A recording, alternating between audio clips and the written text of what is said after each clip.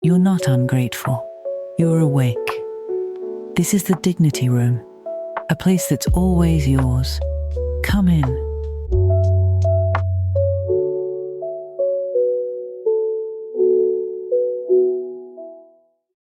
Try something. Just in your head. Finish this sentence. What I actually need right now is. Did you notice what happened?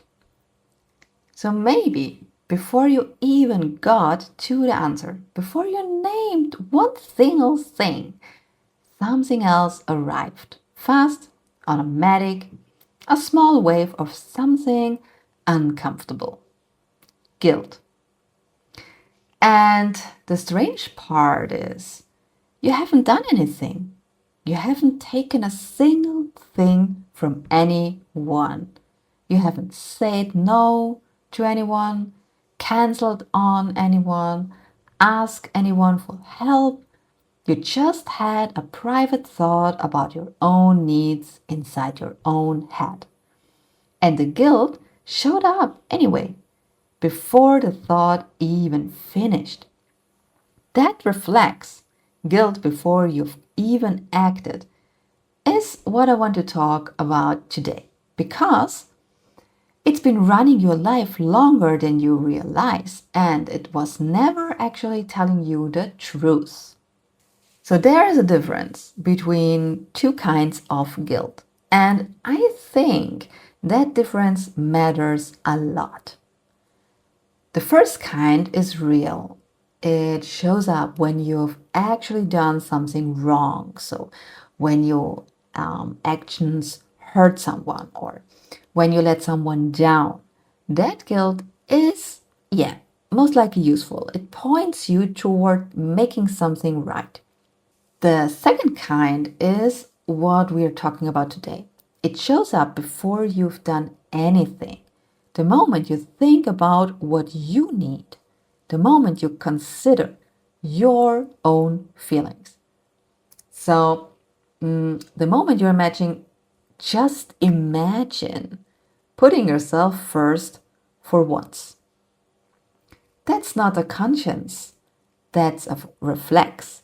And a reflex was trained into you, which means it can also be questioned. And today I want to look at where that reflex came from, what it's actually costing you, and one small thing you can do the next time it shows up.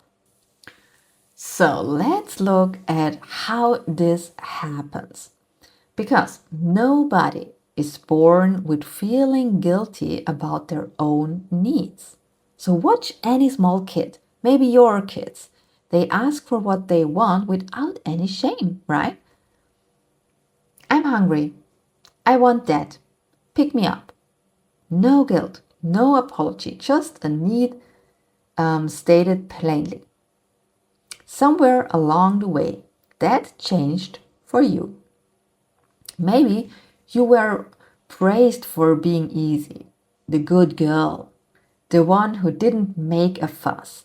And underneath that praise, there was a quiet lesson. Your value here is connected to how little you need.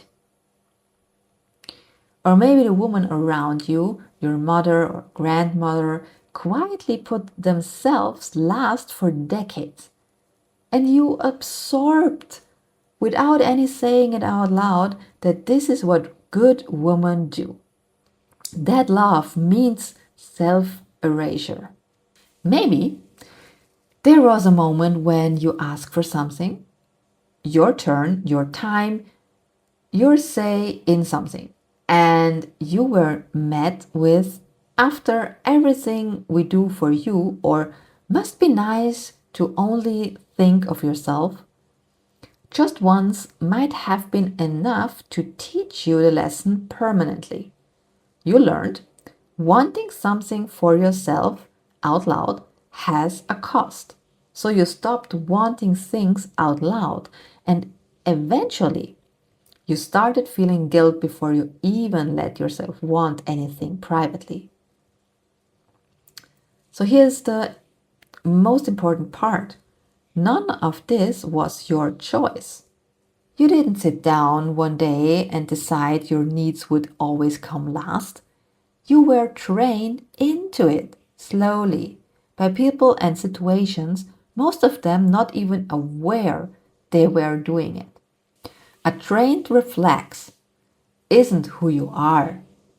It's just a habit, so old it stopped looking like a habit. Now, I want to look at the word that's doing most of the damage: selfish.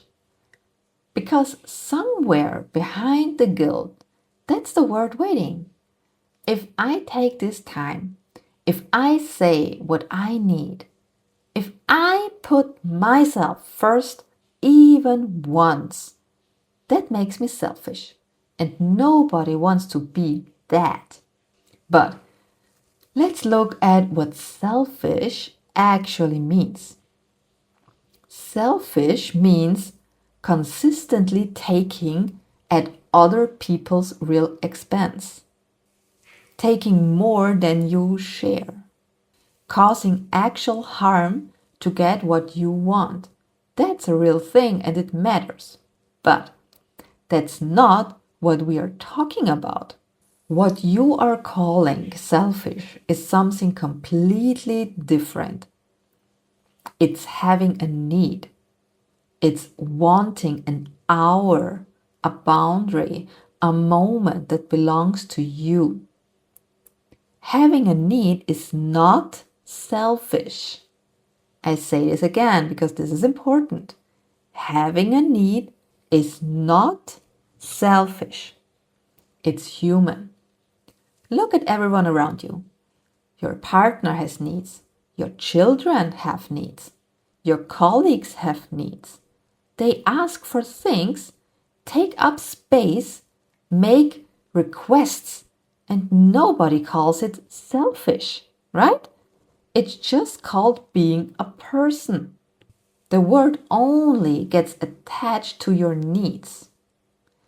And that's not because your needs are actually different. It's because somewhere along the way you learned that you are not really allowed to have them. And here's what's been happening because of that. Every time you've wanted something for yourself and immediately labeled it selfish, you stopped yourself before anyone else even had the chance to respond. You did the work of the guilt in advance, so efficiently that nobody around you ever had to ask you to put yourself last. You did it automatically for years. That's not virtue, that's the burnt toast. Every day, without anyone asking, you take the burnt toast and call it love. And hey, you deserve the good toast too. So the guilt will keep showing up. I'm not going to promise that one episode changes that. It's a deep reflex. It takes time. But here's what you can do right now. You can stop automatically obeying it. The next time that guilt arrives, that fast, automatic way when you think about what you need, don't push it away and don't just let it win either. Just pause and ask it one honest question. Have I actually done something wrong? Or did I just have a need? That's the whole move. You're not arguing with the feeling. You're just checking if it's true before you act on it. And if the honest answer is yes, I've actually hurt someone, then the guilt is real. Listen to it. Make it right. But if the honest answer is no, I haven't done anything, I just had a need and I felt instantly guilt for it, then you've caught the reflex. And now you get to do something new. You feel the guilt, you notice it not pointing at a real wrongdoing, and you act on your need anyway. The discomfort doesn't mean you're doing something wrong. It means you're doing something unfamiliar. Those two things feel almost identical at first. Most women mistake one for the other for years. You don't need to guilt to disappear before you are allowed to have needs. You just need to stop treating it as proof of something when it isn't. It was trained into you. It is not the truth about you. And every time you catch it and act anyway, gently, on something real, the reflex gets a little weaker and the truth gets a little louder. So I invite you for, let's say, this week or for a week. Think of the one thing you've wanted and quietly talked yourself out of it. Name it, let it be real for a second, and then keep it and do it anyway. So here are 3 things to take with you today. 1. The instant guilt you feel when you think about your own needs. That's a trained reflex, not your conscience. You weren't born with it. You learned it through 1,000 small lessons. And what was learned can be questioned. 2. Selfish means taking at someone else's real expense. Having a need is not that. It's human. Everyone around you has needs, openly, without guilt. The word only gets attached to yours. That's not because your needs are different.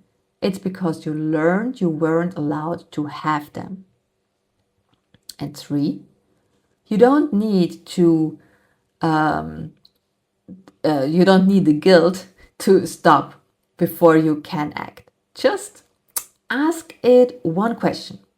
Have I actually done something wrong, or did I just have a need? And if it's a real wrong, then make it right. And if it's just a need, feel the guilt and act anyway. And the discomfort means unfamiliar, not wrong. If today resonated, here's the most honest place to go next. Something I recorded just for you. No fluff, just the first real step back to yourself. It's waiting in the show notes. Take care of yourself. This was the Dignity Room.